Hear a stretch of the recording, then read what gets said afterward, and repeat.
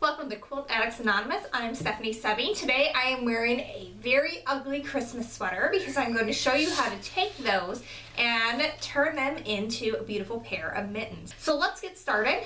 A couple of things you want to look for when you're choosing a sweater is anything that has a decorative detail across the top is going to be good. That will provide a nice little detail on the fingers of the mitten, and that's always a good thing. A couple other things you want to look for is a cuff that is ribbed. That means it stretches out like that. And it kind of tapers as you get to the sleeve. That helps because we're going to use this for the cuff of the mitten. It helps keep it nice and snug and keeps all that cold winter air out. If you have one that also has a nice little detail like these buttons, that's a nice little bonus. It just adds another little flair when you're all done. So the first thing I'm going to do here is I'm going to lay my sweater out, and I'm actually going to cut up the side seams and across the shoulder and the arm seams as well. And right now we're just going to set the sleeves aside and we'll use those later. So I finished cutting my sweaters apart, and now what I need to do is fold them right sides together along the center seam. So it will be like along the center of your chest or the center of your back. It's the fold line that you want to fold on. And one thing that I'm making sure I'm doing is I'm making sure that I'm lining up all these lines of this Fair Isle knitting, because I want to put the top of my mitten pattern at the top of those lines so that I can match them up when I sew them together. Now I can pin my pattern pieces to the sweater, and I'm using the medium for this one. The medium fits most women's hands. The small is good for adolescent children or teenagers, and the large is good for men. But go ahead and make a test out of fleece to see how it fits you before you cut up your sweater. So I'm going to pin my front, upper front, and my back are both going to meet at the tip of this curve. So what I'm going to do for each of those is place them so that they're right in line with the top of this Fair Isle pattern with that brown. And that way I'll be able to match that up, and it will look like the pattern is going all the way around the mitten, and it was really a professional job. Now this lower front medium, that really can go anywhere. Just fit it wherever you can find place on your sweater. And then you're just going to want to pin these in place, and then we're going to cut around them as well. Alright, now I'm going to go ahead and I'm going to cut out my pattern pieces.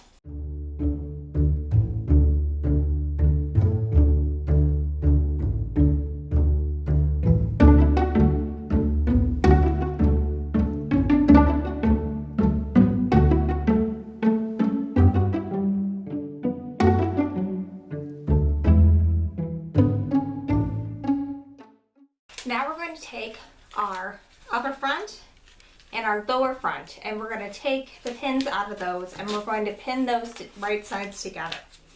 And if you notice, on each one of these there are a couple of dots, and that's going to be our starting and stopping line for stitching. So you're going to want to make sure you put a pin there so that way you know where to start and stop when you're sewing.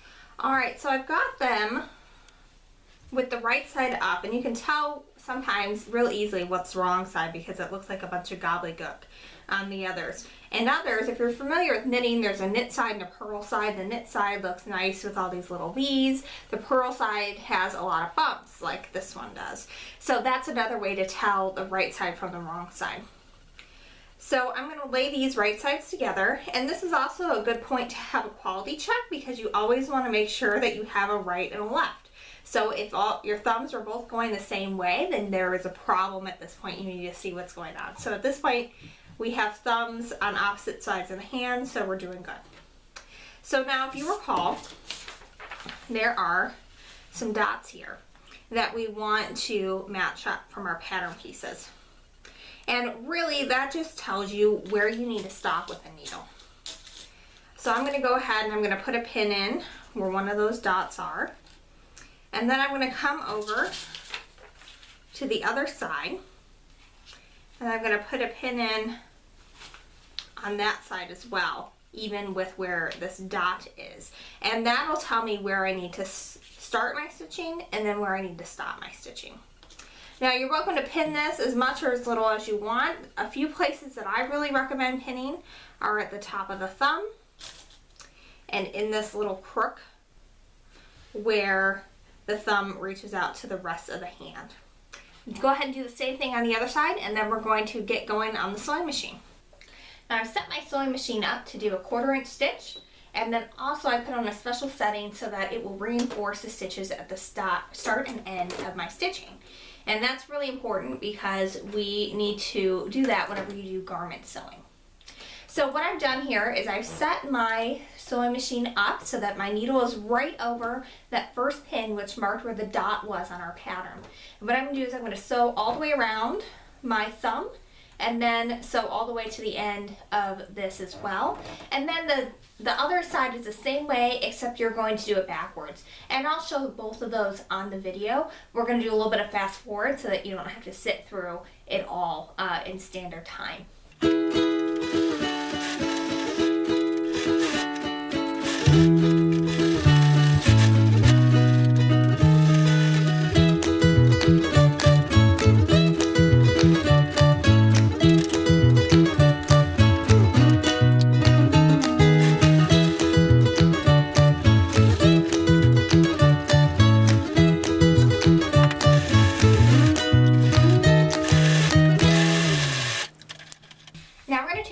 That we sewed together along with the back piece, and we're going to go ahead and pull the pattern piece off of that.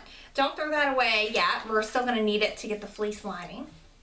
So again, I'm going to lay these so that the right side is facing up, and then I'm going to open up my mittens and I'm going to put the right side together. And again, this is another really good point to check and do some quality control and make sure that you have thumbs on opposite sides. Because if you had them both going one way, then you're going to have 2 rights or 2 lefts. You definitely want to have one of each so that you can wear your gloves. Now we're going to do a little bit of close-up work here because I'm going to match up all of these Fair Isle knitting lines so that you have a really nice professional detail when you put your mittens together, and no one will ever know that they're upcycled from an old sweater.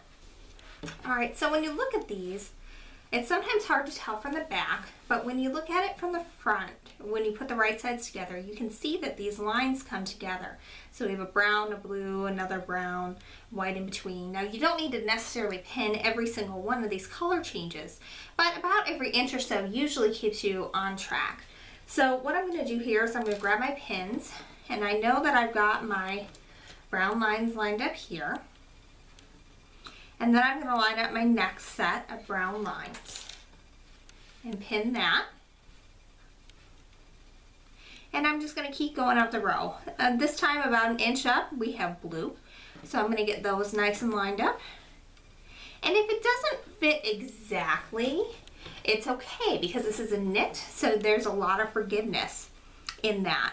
So you can stretch and ease them in if you need to in order to get those lines to match up, because that's what people will look at. They won't really be able to tell if your pattern pieces didn't match up perfectly from a construction standpoint, but they will be able to tell if those lines are off.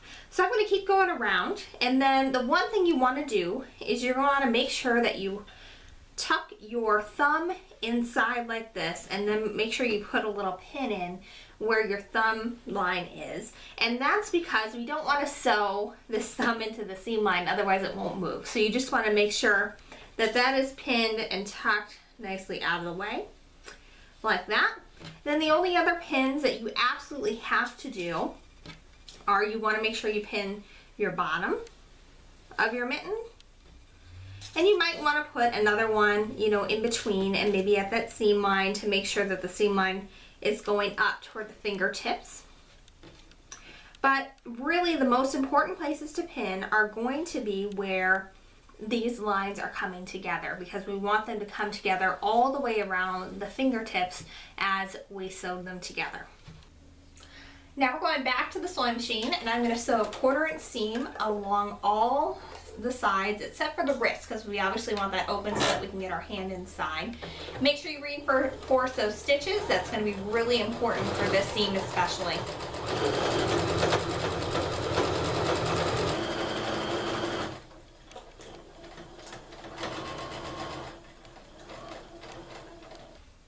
Now you're going to repeat all the previous steps and create a set of mittens out of the fleece, and this will be the lining. Now we're going to leave these the wrong side out because we want to have the right side against our hand, so that's the right way.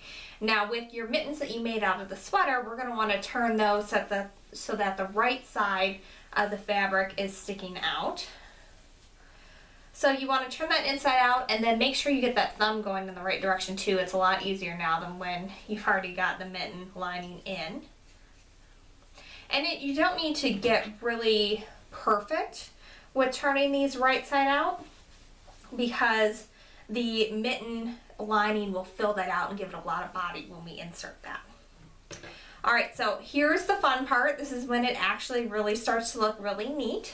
You're going to put your mitten lining on your hand and then put the corresponding mitten, sweater mitten over that.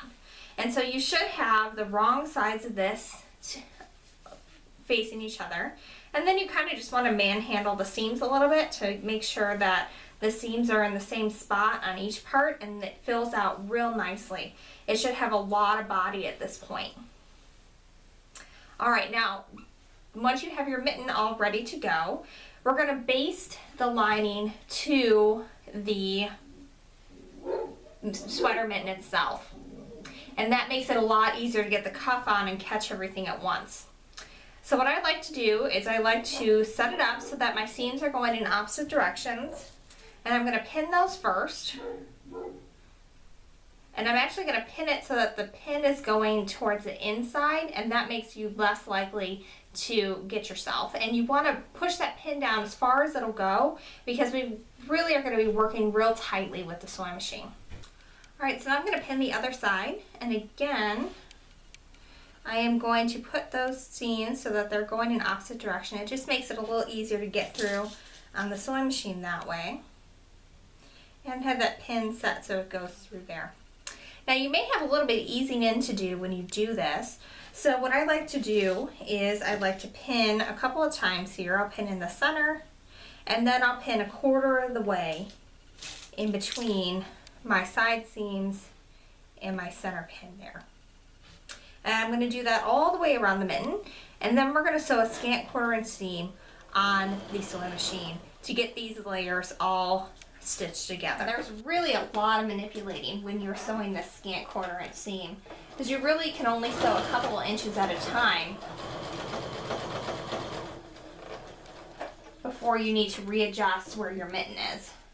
And what I like to do is just kind of grab it and pull the part that I'm not sewing out of the way. And I push in any pins that have popped out so that way it's still, it doesn't get in the way of that machine needle going up and down.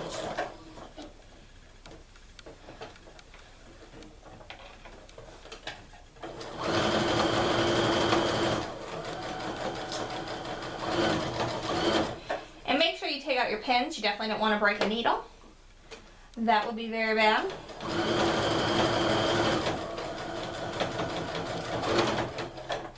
And I almost always start and stop on the bottom. That way if anything hinky happens, it's going to be on the bottom of your wrist where nobody's going to see it. Alright, I'm going to reinforce my stitches.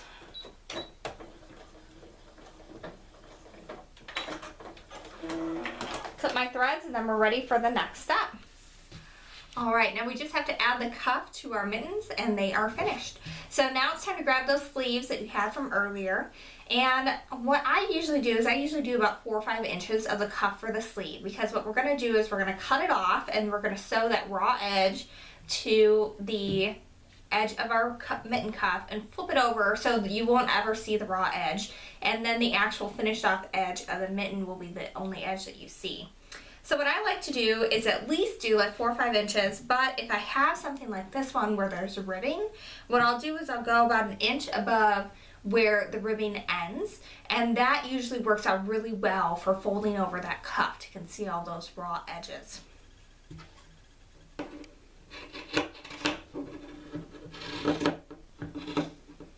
So just go ahead and do that for both cuffs, and then we're going to be ready to pin them again. Alright, so I know this next step sounds like it doesn't make any sense, but I promise it works out. So you're going to take the right side of your sleeve and you're going to insert it against the lining of your mitten. So you're not going to do anything to it. You're not going to shut it inside out. You're just going to cut it off and stick it straight in your sleeve. And then what I like to do is I like to line up one seam with the seam line that I already have, and I'll do that with the same side of each mitten so that way there's some symmetry there.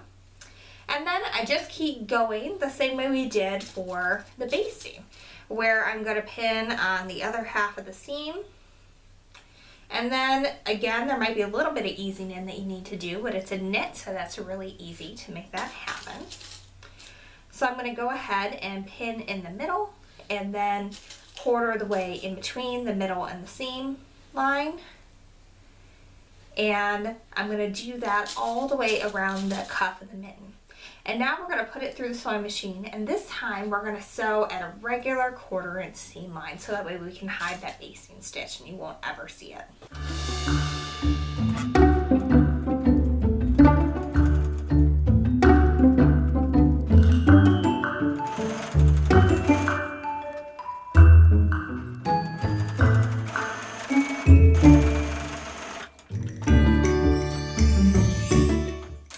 So I finished stitching around, and now I can take that cuff out and flip it around, and now the right side is facing out and we have a cute little mitten. And these just turn out so adorable, especially considering a lot of them are really ugly sweaters to start out with. Now you could add a button detail to the cuff if you wanted, that would help keep it in place, but I haven't really had too much trouble with it coming down as long as you make that cuff long enough. In this case, I've got a nice little button detail that was already on the sleeve that will make that nice and cute, and these are ready to go. So again, these make great gifts. They're really warm. I live in the Midwest where the winters can get pretty brutal and there's a lot of snow, and these definitely keep me warm as I'm driving to and from work and out shoveling snow. And they're cute and they're cheap to make. So definitely go raid your local thrift store or your old closet for sweaters that maybe don't fit anymore, or even if they have a little hole in them, you can cut around them. Thanks for following along, and even though we didn't do any quilting, I'll still end by saying happy quilting.